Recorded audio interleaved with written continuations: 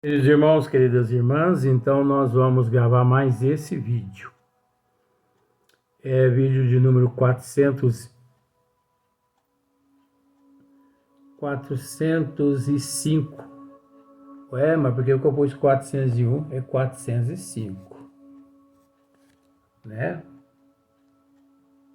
Então, 405, livro de Sueli Caldas Schubert, Obsessão e Desobsessão. Esse livro é maravilhoso, né? E nós temos ainda umas 36, 37 páginas ainda pela frente. Então, Sueli continua nos esclarecimentos, né? Então, ela continua dizendo assim: sopesando as razões aqui expostas,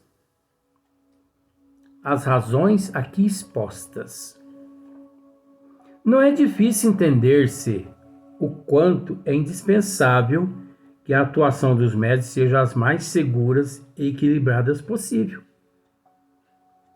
As mais seguras e mais equilibradas possível.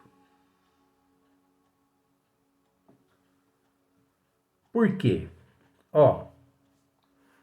O médico, quando é muito equilibrado, muito disciplinado, quando ele tem conhecimento da doutrina, é aquele médico pautado no equilíbrio. Depois do trabalho de desobsessão, ele, como todos ali, um aplica passo no outro e tudo mais e tal, saem da sala mediúnica como se nada tivesse acontecido. Por mais que durante os trabalhos de comunicação dos nossos irmãos, eles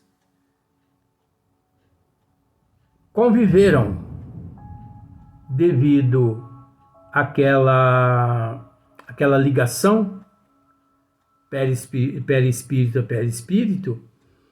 Então, o médium, ele sofre todo aquele impacto daquele espírito comunicante, as dores do espírito, aquelas dores dilacerantes, aquele reprise repetitivo do ato,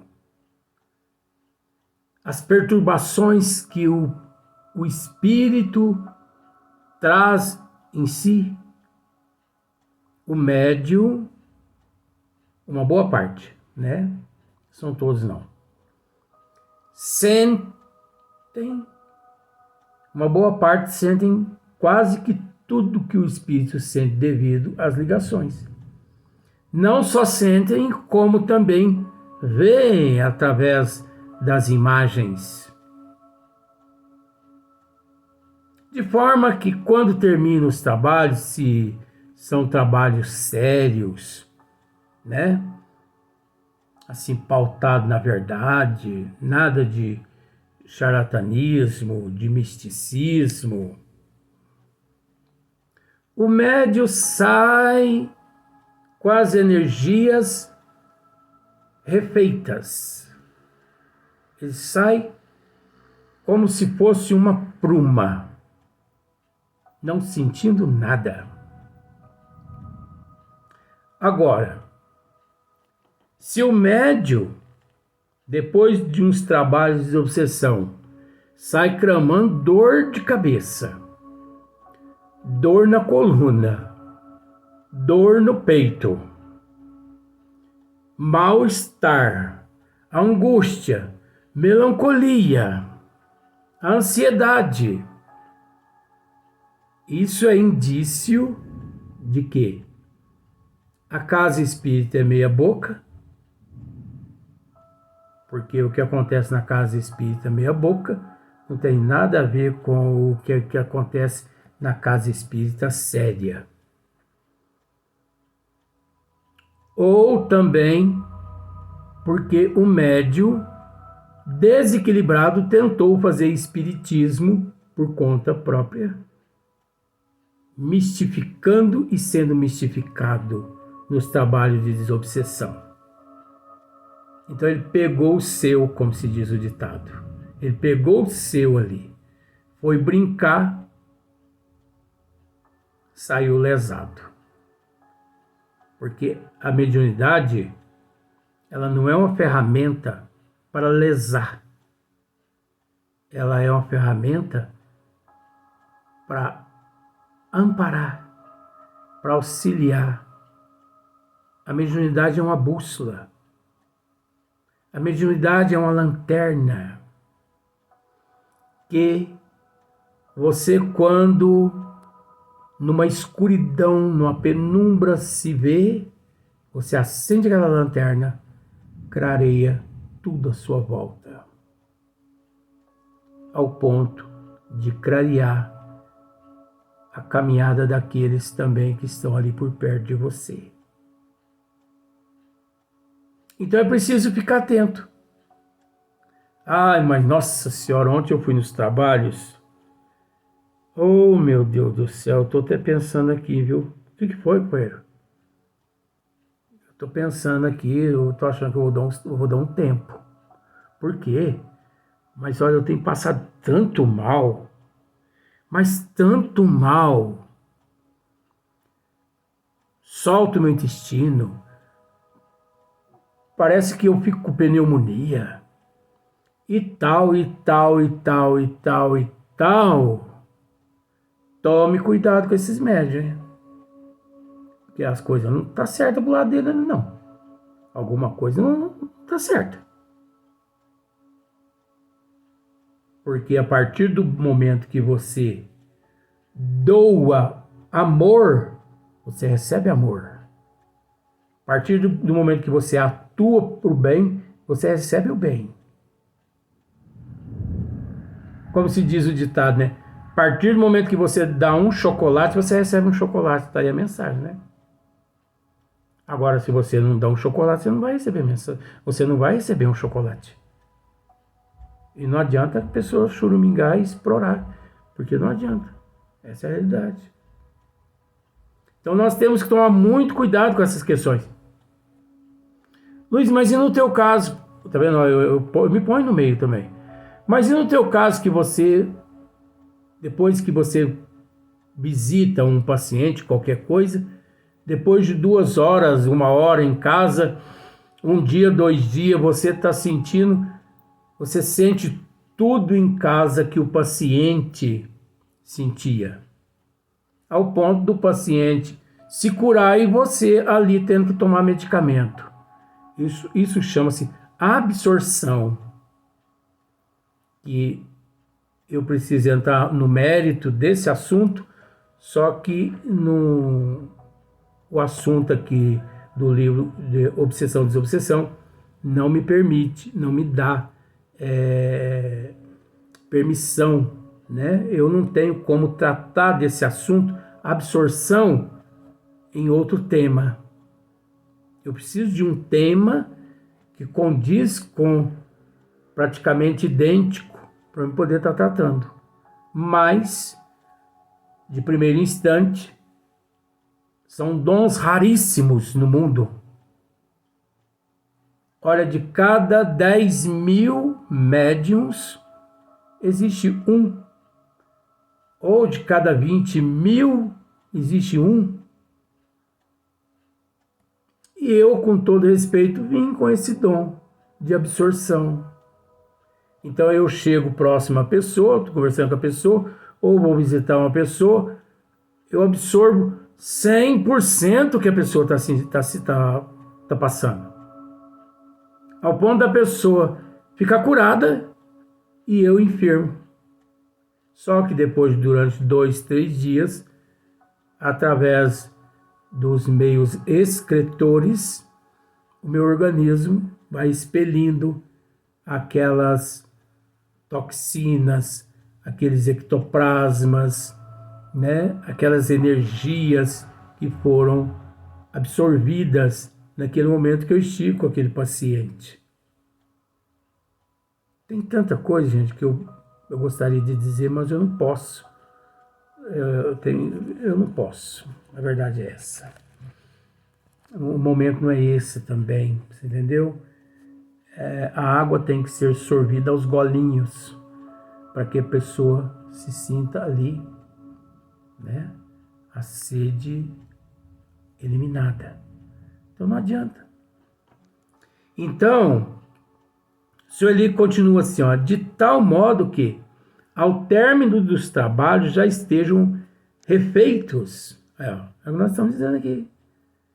A casa espírita séria, no final dos trabalhos de desobsessão, por mais, eu vou usar aquele termo, não existe esse termo que eu vou dizer, não existe não, viu? Trabalhos pesados.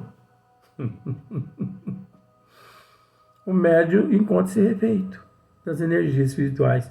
Porque não é assim? Tem pessoas que falam assim, nossa, mas hoje eu estava me sentindo assim tão pesado, mas é obesidade, você entendeu? Tem nada a ver com as energias espirituais negativas. Nada a ver. Então a pessoa chega no centro e fala assim, nossa, me aplica um passo aí porque eu não estou bem, eu estou pesado. Aí vem uns médicos parçados lá e fala assim, realmente você está pesado, hein? Mas também 7 espíritos nas suas costas. E quem disse que os espíritos andam montados nas costas das pessoas? Oh, meu Deus do céu! Quem disse que espírito anda montado aqui nas minhas costas? Nunca que um espírito monta nas costas do encarnado.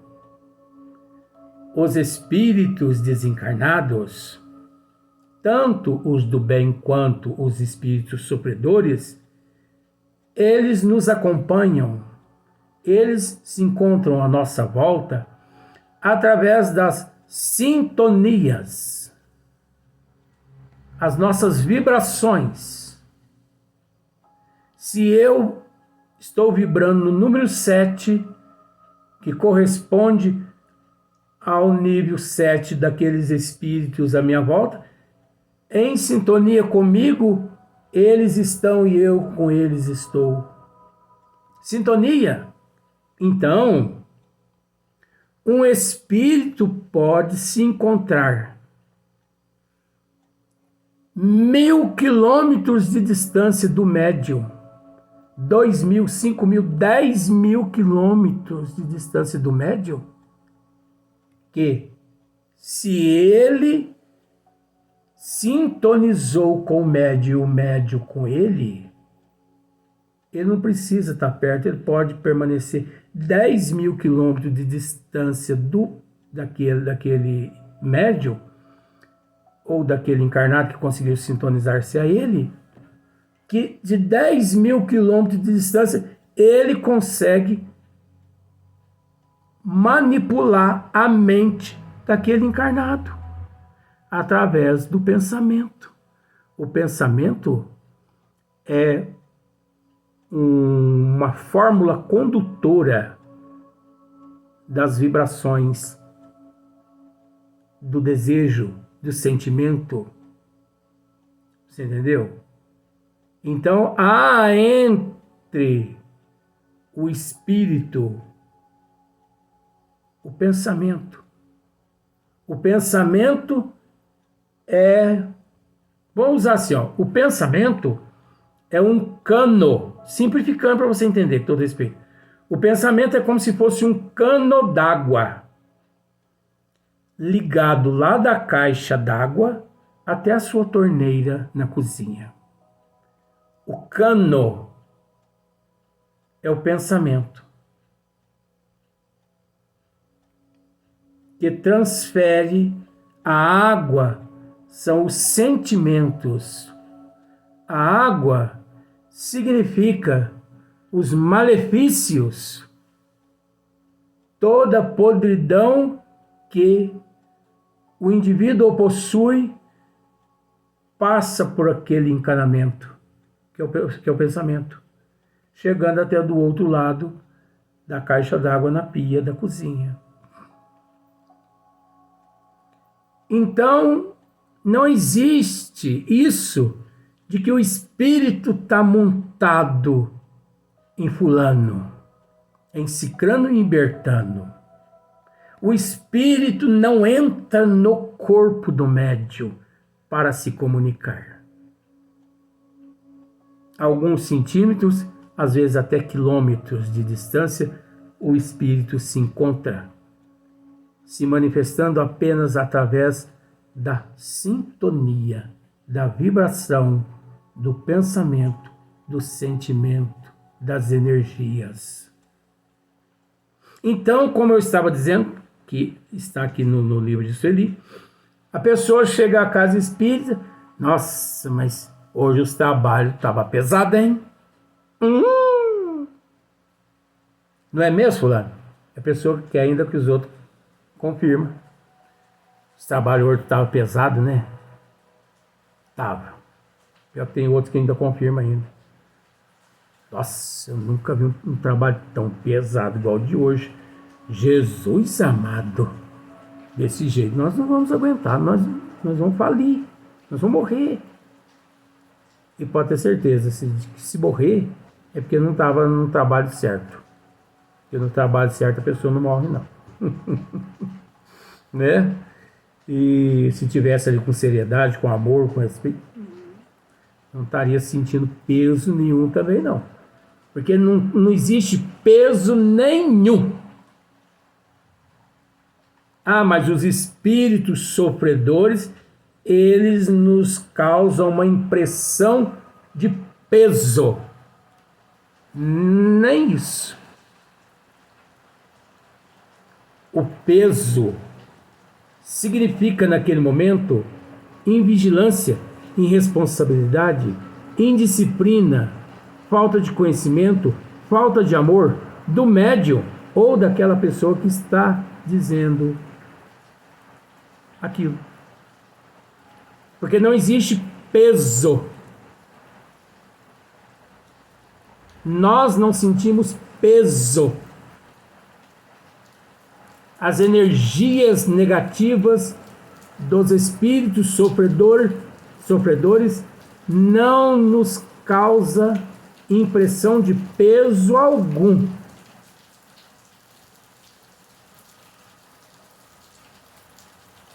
O que, no entanto, as energias positivas dos bons espíritos nos causam um bem-estar, uma paz de espírito, um controle em todo sentido. Dando uma sequência, tive que dar uma pausada aqui, por causa da chuva, né? Tá uma maravilha essa chuva. Então, eu não sei se você conseguiu entender. Os bons espíritos, as energias positivas, pelo contrário, quando o médium ou a pessoa não está se sentindo bem, que ele recebe ali um passe, né, que é a fluidoterapia, ele sente assim, como se diz, mais leve. Porque as energias positivas refaz as energias dele. Ufa, que alívio! Então, as energias do bem dá para a pessoa sentir na condição de leveza. Agora, as energias negativas dos espíritos sofredores, não há como dizer que espírito pesado, que as energias pesadas tem esse espírito pesada. Não tem como pesar a energia. Ele sente na condição como se fosse um peso devido ao despreparo, falta de disciplina, de conhecimento, irresponsabilidade, falta de responsabilidade, de compromisso. Então são termos, são conceitos errôneos que nós precisamos raciocinar. Por isso não existe trabalho forte e nem trabalho fraco. Ah, mas os trabalhos de Umbanda é mais forte que os trabalhos numa casa espírita. Não. Forte e fraco é a moral da pessoa. Forte e fraco é a responsabilidade. Forte e fraco é a indisciplina da pessoa. Forte e fraco é a não mudança de hábito, de comportamento e de atitude. Então quem diz assim, os trabalhos lá é mais forte do que na casa, não é. É o caráter dele que é pouco, que o leva a pensar daquela forma. Por quê? Porque Deus é um só. Deus é um só. O mesmo Deus lá da casa do João é o mesmo Deus lá da casa do falecido Godofredo. Entendeu? É o mesmo Deus. Então, nós vamos dizer que Deus é fraco?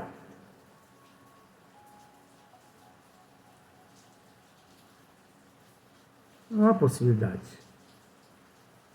Então, isso é fraqueza de espírito. É fraqueza de cultura, de conhecimento. Isso é pobreza de espírito. Quem pensa que uma casa é mais forte do que a outra. Só porque a pessoa gira na roda e bate a tabaco e toma as cachaças e fuma no cachimbo, isso aí significa forte? É forte em que sentido? Para o bem ou o lado negativo? Não é falando mal, gente. Isso é para raciocinar. Pois se elevarmos o pensamento a Deus numa prece, Jesus mesmo nos disse que onde estivesse uma ou mais pessoas reunidas em meu nome, aí eu estarei. Então pense em Deus. Pense em Jesus nesse instante. Ele está com você. Porque no corpo de Deus nós nos encontramos igual uma célula na nossa corrente sanguínea.